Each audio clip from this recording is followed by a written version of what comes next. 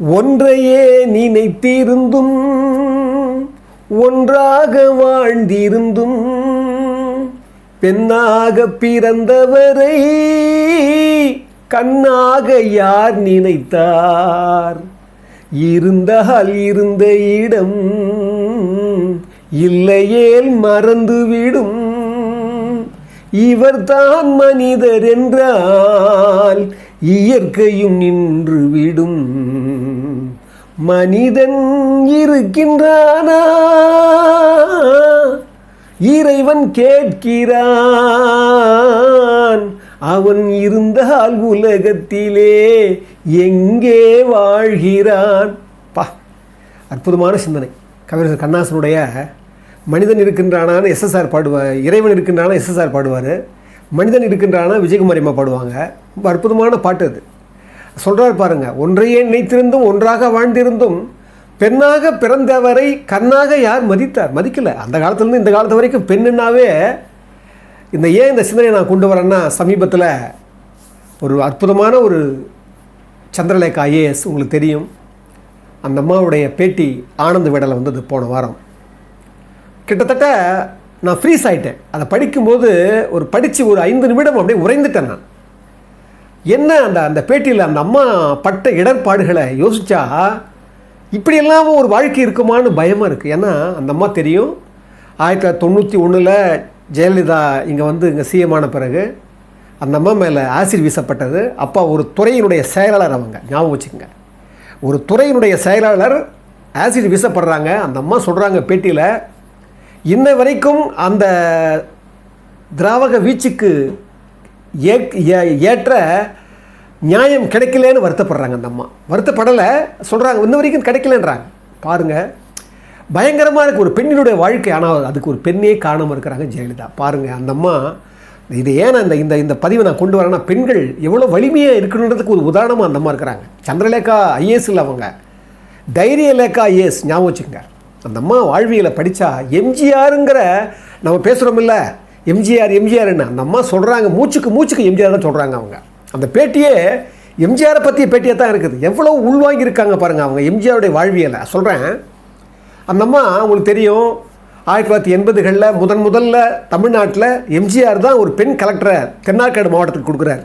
நல்லா கவனிங்க. அது வரைக்கும் ஆளுமை அவ்வளோ இருக்காது பெண் ஐஏஎஸ்க்குன்னு சொல்லி இருக்கிற காலத்தில் முதல்ல தென்னார்காட்டுக்கு எம்ஜிஆர் தான் அவங்க வைக்கிறாரு. அது தெரியும் நிறைய பேருக்கு. அது மட்டும் இல்லை, அந்த அம்மாவை அவங்க ஆளுமை மிக்கவங்கன்னு சொல்லி அனுப்புகிறாரு. அதுக்கு தகுந்த மாதிரி அந்த அம்மா பண்ணுறாங்க. அந்த சமயத்தில் தான் ஜெயலலிதா அரசியலுக்கு வராங்க 1982. அந்த சமயத்தில் தான் ஜெயலலிதாவை இன்ட்ரோ கொடுக்குறாங்க. யாருக்கு? சந்திரலேகா ஐஏஎஸ்க்கு. அம்முவை பார்த்துக்குங்க, நான் ஒரு வார்த்தை சொல்கிறாங்களாம், அம்முக்கிட்ட எச்சரிக்கையாக இருக்கணும் அப்படின்னாங்களாம். பாருங்கள், எம்ஜிஆர் எவ்வளோ உள்வாங்கியிருக்கார் பாருங்கள் ஜெயலலிதாவுடைய பண்பை. அதை போலவே அந்த அம்மா யார் சந்திரலேகா ஆசிட் வீச்சு வந்த உடனே அடுத்த கணம் நினச்சாங்களாம், எம்ஜிஆர் சொன்னது தான் நினைவு வந்தது தான்.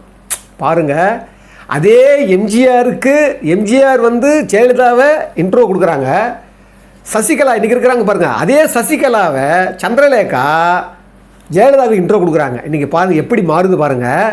அது மட்டும் இல்லை, அவங்க கேட்குறாங்க, நான் கடலூரில் நான் தென்னார்காடு மாவட்டத்துக்கு நான் கலெக்டராக இருக்கிற போது அப்போ இவர் மக்கள் தொடர்பு அதிகாரியாக இருந்தார் நடராஜன் அவர்கள், யார் சசிகலா புருஷன். அவங்க மூலமாக தான் சசிகலா அறிமுகமாகறாங்க. சசிகலா சந்திரலேகா தான் இன்ட்ரோ கொடுக்குறாங்க. ஆனால் பாருங்கள், காலம் இப்படியெல்லாம் சூழல் மாறுது.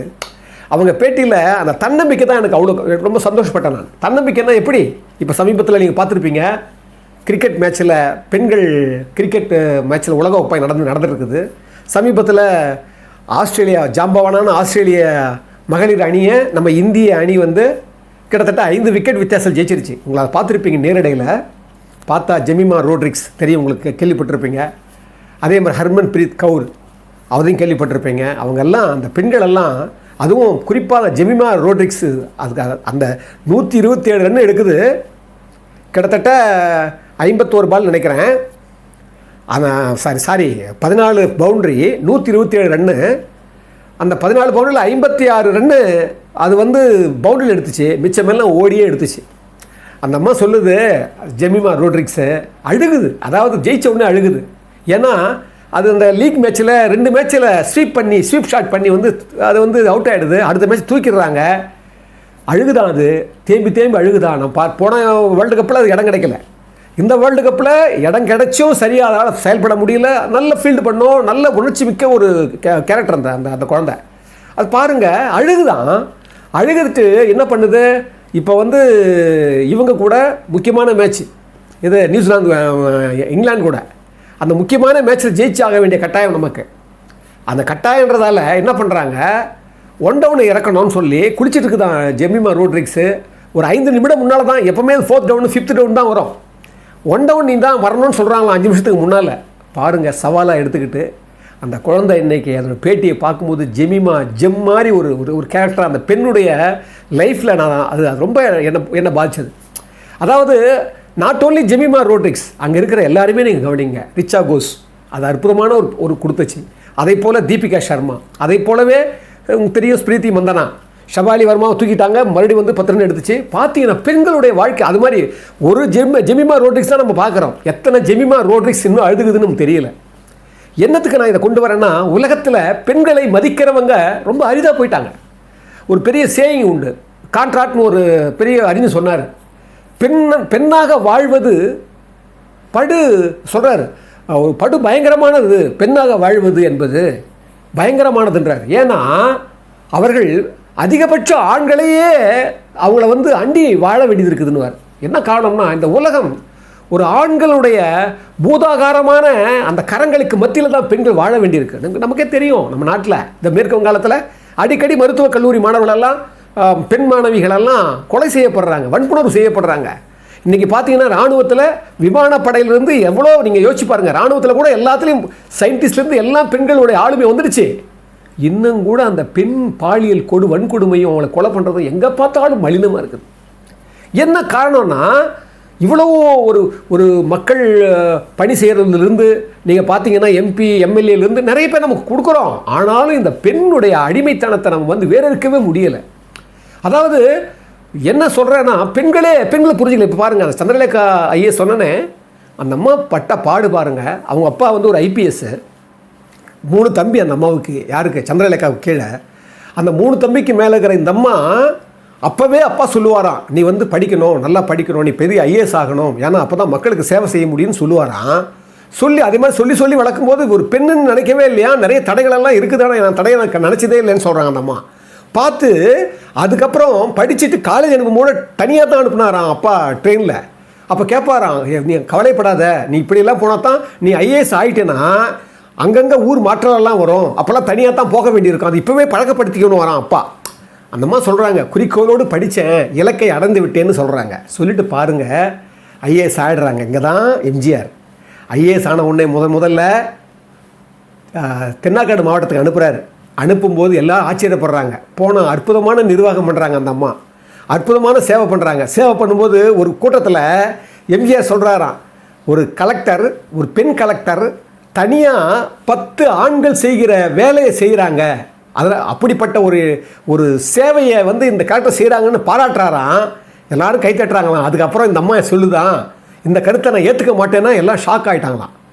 அவர் சொல்கிற கருத்தை நான் ஏற்றுக்க மாட்டேன். அதுக்கு அந்த மாதிரி சொல்லுதான், ஏன் வந்து ஒரு பெண்ணுன்னா 10 ஆம்பளை செய்கிற வேலையை செய்ய முடியாது போயிடுமா, இப்படி சொல்லுங்களேன். ஒரு பெண் செய்கிற வேலையை 10 ஆண் பசங்க கூட செய்ய முடியலன்னு சொல்லுங்கள், அதான் சரியாக இருக்கும்னு மேடையே சொல்லுதான் அந்த அம்மா. சொன்னால் எல்லாரும் பார்த்தா கேட்குறாங்களாம். எம்ஜிஆர் பாராட்டினாராம். அந்த அம்மா சொல்கிறாங்க, எம்ஜிஆர் பாராட்ட, அது மட்டும் இல்லை, எம்ஜிஆருக்கு இப்படி பேசினா பிடிக்கும். அந்த அம்மா சொல்கிறாங்க ஒரு வார்த்தை, அற்புதமான, என் கண்களில் தண்ணி வந்துச்சு அந்த படிக்கும்போது. பெண்களுக்கு மரியாதை கொடுப்பதில் எம்ஜிஆரை போன்ற ஒரு தலைவரை பார்க்கவே முடியாதுன்றாங்க. என்ன வார்த்தை பாருங்கள். பெண்களை மதிப்பதில் எம்ஜிஆரை போல ஒரு தலைவரை பார்க்கவே முடியாதுன்னு சொல்கிறாங்க. அது மட்டும் இல்லை, மக்களுக்கு நல்லது செய்யணுங்கிற எண்ணம் எம்ஜிஆர் இதயத்திலேயே இருந்ததுன்றாங்க. அதுக்கப்புறம் சொல்கிறாங்க, சாதாரண மக்கள் படுகிற கஷ்டமும் அவங்களுடைய வேதனையும் எம்ஜிஆர் உணர்ந்திருந்தார். அவர் மனசுக்குள்ளே எப்போவுமே அவங்க கஷ்டம் எல்லாம் நல்லா தெரியும். ஆனால் இன்றைக்கி நடிப்புலேருந்து வர்றார் தலைவராக வந்து கட்சி ஆரம்பிங்க, அவங்க என்ன தெரியும், அதையும் இடிக்கிறாங்க அந்த அம்மா. பாருங்கள், எம்ஜிஆர் சொல்லும்போது அவர் சொல்கிறாங்க, முதல்ல ஆளுமை மிக்க ஒரு மாவட்ட கலெக்டராக நான் போகிறேன், நான் செய்கிற நிர்வாகத்தை பார்த்துக்கிட்டு திரு எம்ஜிஆர் அவர்கள் அந்த நேரத்தில் 16 மாவட்டம் இருந்தது தமிழ்நாட்டில், 4 மாவட்டங்களுக்கு பெண் ஆட்சியர் நியமிச்சாரா எம்ஜிஆர். பாருங்கள், 25% பெண்களை நியமிக்கிறார் எம்ஜிஆர். சட்டம் போட்டாரா? இதுக்கு என்ன திட்டம் போட்டாரா? கிடையாது. அது சொல்கிறாங்க நம்ம முதல் பெண் பெரிய ஆளுமை மிக்கவர்கள் என்பதற்கு முதல் விதை போட்டவர் எம்ஜிஆர். அது என்னம்மா நம்ம அப்படியே எம்ஜிஆர் சொல்லிகிட்டே போகிறாங்க. எம்ஜிஆர் வெளிப்படையாக பேசுவாங்களாம், வெளிப்படையாக கருத்து தெரிவிப்பாங்களாம். எம்ஜிஆர் கிட்ட அந்த எண்ணமே கிடையாதான். அதை விட அந்த அம்மா சொல்கிறாங்க, ஒரு கேள்வி கேட்குறாங்க. அதாவது நீங்கள் பண்ணீங்களே, இவ்வளோ செருவு பண்ணீங்களே, இதில் எம்ஜிஆர் கலைஞர்கிட்ட இருந்தீங்க, அவங்க கூட நிர்வாகம் பண்ணீங்க, ஜெயலலிதான்னு சொல்லும்போது அந்த அம்மா சொல்கிறாங்க, எம்ஜிஆர் கிட்ட வெளிப்படையாக பேசலாம், அவங்களுக்கு தெரியும், அவரை பற்றி சொல்ல வேண்டிய அவசியமே இல்லை. அது மட்டும் இல்லை, அந்த அம்மா சொல்கிற ஒரு முக்கியமான வார்த்தை, ரொம்ப அற்புதமான வார்த்தை, நாங்கள் ஐஏஎஸ் கரெக்டாக இருக்கிற போது எங்களை அதிகாரிகளே எங்களை மதிப்பு கொடுக்க மாட்டாங்க, அதிகாரிகளே எங்களை மட்டமாக நினச்சாங்க. அந்த வார்த்தை சொல்கிறாங்க அந்த அம்மா. நான் பெண் ஐஏஎஸ்ஸாக இருக்கிற போது, கரெக்டாக இருக்கும்போது அதிகாரிகளே எங்களை மட்டமாக நினச்சாங்க. ஆனால் எம்ஜிஆர் மட்டும்தான் அந்த மாதிரி நினச்சதே கிடையாது என்றைக்கும். அவர் எங்களை உயர்வாகவே நினச்சார். ரொம்ப முக்கியமான வார்த்தை இது. ஏன்னா நான் அடிக்கடி சொல்லுவேன், எவன் தாய்மையை மதிக்கிறானோ அவன் பெண்களை மதிப்பான். இப்போ கூட சமீபத்தில் போன மாதம் பெருந்துறையில் ஒரு ஃபெக்குலிட்டி ஒரு மீட்டிங்கெல்லாம் ஒரு ஸ்பீச் கொடுத்தேன். 2 மணி நேரம் கொடுத்தேன். வாழ்வியல் கலை 150 பேராசிரியர்கள் மத்தியில் கிட்டத்தட்ட ஒரு 4 பேராசிரியர்கள், பெண் பேராசிரியர் அழுதுட்டாங்க. காரணம், நான் அந்த மையத்தில் கூட, வாழ்வியல் நிலையில் கூட நான் பெண்ணியத்தை தான் நான் மையமாக வச்சு பேசினேன். ஏன்னா தாய்மையை மதிக்கிற பண்பு தான் பெண்மையை மதிக்கும். அந்த அம்மா சொல்கிறாங்க, எம்ஜிஆர் இப்படிப்பட்டவர், கலைஞர் நிர்வாகத்திறன் மிக்கவர்.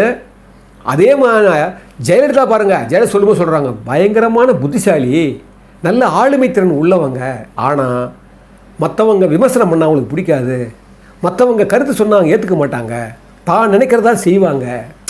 பாருங்கள், அப்படியே சொல்லிட்டு வராங்க. அந்த அம்மா மறைமுகமாக சொல்கிறாங்க, அதாவது என்னுடைய அந்த திராவக வீச்சுக்கே காரணம் ஜெயலலிதா தான் சொல்கிறாங்க. வேறு வழி இல்லை. அது என்ன நடந்ததுன்னு நம்ம இதை ஏற்றுக்கிறதுக்கும் முடியல, ஏற்றுக்காமல் இருக்கவும் முடியலை. ரொம்ப எனக்கு வலி கொடுத்தது அந்த பேட்டி. அதாவது ஒரு பெண், ஒரு ஐஏஎஸ் துறை செயலாளர், அந்த அம்மா சொல்கிறாங்க அந்த அந்த அந்த அந்த அந்த வேதனையை. நான் ஒரு துறை செயலாளர், எல்லா செயலாளரும் கூப்பிட்றாங்க, நாங்கள் எல்லாம் வரும்போது ஒரு அரசாங்கத்துடைய இடத்த விற்கிறதுக்கு சிஎம்மாக இருக்கிற ஜெயலலிதா முனைகிறாங்க. அப்போ நான் சொல்கிறேன், இது அரசாங்க இடம், இன்னும் அதிகமாக விலை போகணும், விலை வைக்கணும், ஏன்னா இது அரசாங்க பணம்னு சொன்ன நான் எல்லோரும் கையெழுத்து போடுறாங்க, நான் கையெழுத்து போடலை. அதுதான் அந்த அம்மாவுடைய அவங்களுக்கு பிடிக்காத நான் செஞ்சது, அதனாலேயே நான் திராக வீச்சுக்கு ஆட்பட்டேன்றாங்க அந்த அம்மா. அது மட்டும் இல்லை, நான் அப்போலோவில் இருக்கிறேன். அப்போலோவில் இருக்கிற போது நான் ஒரு துறை செயலாளர், என்னை அந்த அம்மாவுக்கு பயந்துங்கன்னு, சிஎம்முக்கு பயந்துங்கன்னு எந்த அதிகாரியும் என்னை பார்க்கல. அந்த மாதிரி நேரத்தில் எப்படி யோசிச்சு பாருங்க, திராவக வீசப்பட்டாங்க. அந்த அம்மா சிவப்பாக இருப்பாங்க. அந்த அம்மா திராவக வீச்சு 99 தெரியும். சுரலான்னு ஒருத்தன் வீசினா அது கூட இன்னும் முடியலை. அதான் சொல்லணும், இங்கே உண்மைகளெல்லாம் நிறைய மறைஞ்சிருக்குது அந்த அம்மா. ஆனால் அதுக்கான அந்த வேதனைக்கான அந்த வலிக்கான விஷயத்தை ஜெயலலிதா அம்மா உணர்ந்துட்டு போயிட்டாங்க. ஏன்னா கடைசியில் ஜெயிலுக்கு போனதெல்லாம் காரணம் சுப்பிரமணிய சாமி தான் வழக்கு போட்டது. ஏன்னா பாருங்கள், அது எப்படி லிங்க் ஆகுது பாருங்கள். சுப்பிரமணிய சாமி என்ன பண்ணுறாரு, அந்த நேரத்தில் யாருமே வரல, சுப்பிரமணிய சாமி தான் வந்தார். அப்போ தான் விராத் இந்து சங்கத்தை ஏற்படுத்த இப்போ அந்த கூட நம்ம தலைவர் விராத் இந்துஸ்தான் தலைவர் மாதிரி ஒரு சங்கம் வச்சுருக்காங்க. அவங்க ஒரு குழு, அதெல்லாம் அந்த மாதிரி தான் தலைவர். சுப்பிரமணிய சாமி தான் நிறைய உதவி பண்ணி லண்டன் தான் போய் சர்ஜரி பண்ணணும்னு சொன்னாங்களாம். அது கூட முடியாதுன்னாங்களாம். அதுக்கப்புறம் ஒரு மும்பையில் ஒரு சர்ஜரியை பிடிச்சி சுப்பிரமணிய சாமி 3 தடவை சர்ஜரி பண்ணி இன்றைக்கி அந்த அம்மா வெளியே அதுக்கப்புறம் மதுரை கிழக்கில் நின்னாங்க. 96ல் தோத்துட்டாங்க. அதெல்லாம் விட்டுருங்க, தேவையில்லை. ஆனால் பாருங்கள், அந்த அம்மா சொல்கிறாங்க, எனக்கு யாரோ முன்பின் தெரியாது சுப்பிரமணிய சாமி தான் எனக்கு காப்பாற்றினார், அவர் தான் எல்லாத்தையும் செஞ்சு அது மட்டும் இல்லை, அப்போ தான் இவங்களுக்கு ஏற்பட்டிருக்கு என்னென்ன செஞ்சாங்க ஜெயலலிதான்றதெல்லாம் யோசிச்சு. இது எதுக்கு நான் சொல்ல வரேன்னா, for every action there is a reaction. நீங்கள் பண்ணுற கர்மா உங்களை சுற்றி அடிக்கும். அந்த அம்மா வேதனையை சொல்லும்போது நம்ம சகோதரியாக இருந்தால் நமக்கு என்ன கஷ்டம் வந்திருக்கும். ஒரு ஐஏஎஸ் படித்தவங்க, அதுவும் நேர்மையாக இருந்தவங்க, நேர்மை இருக்குதுன்னு நினச்சவங்க, மூச்சுக்கு எம்ஜிஆர் சொல்கிறாங்க. நான் நிறைய இருக்குது சொல்ல வந்தது. ஆனால் எதுக்கு சொல்ல வரேன்னா, ஒரு பெண்களுடைய நிலை பாருங்கள். ஒரு படித்த பெண்ணுக்கே இந்த நிலைன்னும் போது இன்னொரு விஷயம் சொல்கிறாங்க அவங்க. இப்போ நீங்கள் திராவ வீச்சுக்கு ஆட்பட்டீங்களே, இப்போ திராவத்தெல்லாம் அடிக்கிறாங்களே, இப்போ காதலில் விட்டுட்டோம்னா ஒருதலை காதலை வந்து இப்போ அடிக்கிறாங்க, காதலிக்கலாம் அடிக்கிறானுங்க, அங்கங்கே நீங்கள் பார்த்துனே இருக்கிறோம், நிறைய கொலை பண்ணுறாங்க, பெண்கள் இன்சிக்கப்படுறாங்களே. இதுதான் எப்படி நீ சொல்கிறீங்கன்னா, அப்படி பண்ணுறவங்களை நீங்கள் தூக்கி ஜெயிலில் போட்டால் அது நிற்காது. அது முதல் காரணம். பெற்றவங்க என்ன பண்ணணும், பிள்ளைகள் கேட்குறதெல்லாம் வாங்கி கொடுக்கக்கூடாது, நோ சொல்லி பழகணும். ஏன்னா அப்படி சொல்லி பழகி அது ஒரு ஏமாற்றமாக இருந்தால் தான் யாரோ ஒரு பெண்ணோ ஒரு பையனோ காதலிக்கிற போது அது ஏமாற்றமாக அவங்களுக்கு தெரியாது. ரொம்ப உளவியலான காரணம் அது. எதுக்கு நான் சொல்கிறேன்னா, பாருங்கள், அந்த அம்மாவுடைய வாழ்வியலை படிக்கிற போது என்னடா இது, இவ்வளோ படித்து இவ்வளோ நேர்மையாக இருந்து அந்த முகத்தில் அந்த அம்மாவுடைய அந்த வழியை அவன் வாங்க முடியுமா, திருப்பி கொடுக்க முடியுமா? அந்த முகம் சிதைஞ்சு போனது தானே. அந்த சிதைஞ்சு போனது அந்த அம்மா சொல்கிறாங்க, இந்த சிதைஞ்சு போனால் கூட என் மனம் சிதைந்து போகலை, நான் எப்போவுமே நான் போராட்ட குணம் உடையவ, நான் வாழ்ந்து பார்க்கணும்னு நினச்சவ. அதனால தான் கேட்குறாங்க, ஜெயலலிதாவோட கூட நான் மன்னிச்சிட்டேன், அந்த அம்மாவை மறந்துட்டேன், அவங்க பண்ண வேலையை நான் மன்னிச்சிட்டேன், மறந்துட்டேன். இன்னும் சொல்கிறாங்க, சசிகலா பற்றிலாம் சொல்கிறாங்க. ரொம்ப அற்புதமான ஒரு பேட்டி அது. சசிகலா மேலே எந்த தப்பு இல்லைன்னு சொல்கிறாங்க. அதுவும் அது நம்புற மாதிரி தான் இருக்குது. அது அப்புறம் அடுத்த பேட்டி சொல்லிக்கலாம். ஆனால் அவங்க சொல்கிறது என்னென்னா, அப்போ சொல்கிறாங்க, எனக்கு என்ன வருத்தம் தெரியுமா ஜெயலலிதா மேலே, அவங்க இப்படி பண்ணாங்களேன்னு எனக்கு வந்து ஒரு அதை நான் மன்னிச்சிட்டேன், மறந்துட்டேன், அது விட்டுருங்க. ஆனால் அவ்வளவு ஆளுமை திறன் உள்ள ஒரு பெரிய ஒரு புத்திசாலியான ஒரு பெண், ஒரு ஆளுமை மிக்கவங்க எவ்வளவோ செஞ்சுருக்கலாம், அதை செய்யாமல் தவறு நிறைய பண்ணாங்களேன்னு வருத்தம். அதுக்கும் சொல்கிறாங்க அந்த அம்மா, அவங்க வாழ்ந்த விதம், வளர்ந்த விதம், குடும்பச்சூழல் இதெல்லாம் கூட தன்னை ஏற்றுக்கொள்ளவில்லைங்கிற ஒரு மறுப்பு கொள்கை, அதனால அதையும் வெறுப்புணர்ச்சி கூட இருந்திருக்கலான்னு அதுக்கும் அந்த அம்மா சொல்கிறாங்க. ஸோ எதுக்கு நான் சொல்ல வந்தேன்னா, ஒரு பெண்ணுடைய நிலையை, பெண்ணுடைய வாழ்வியலை, பெண்ணுடைய வலிமையை இந்த உலகம் புரியணுன்றதுக்காக தான் நான் சொன்னேன். ஒன்றாக வாழ்ந்திருந்தும் ஒன்றையே நினைத்திருந்தும் பெண்ணாக இருப்பவர் யார் வந்து கண்ணா யார் நினைக்கிறது கிடையாது. ஏன்னா மனிதன் இருந்தான்னு சொன்னான், அவன் பெண்ணை மதிக்கணும்னு சொல்லி.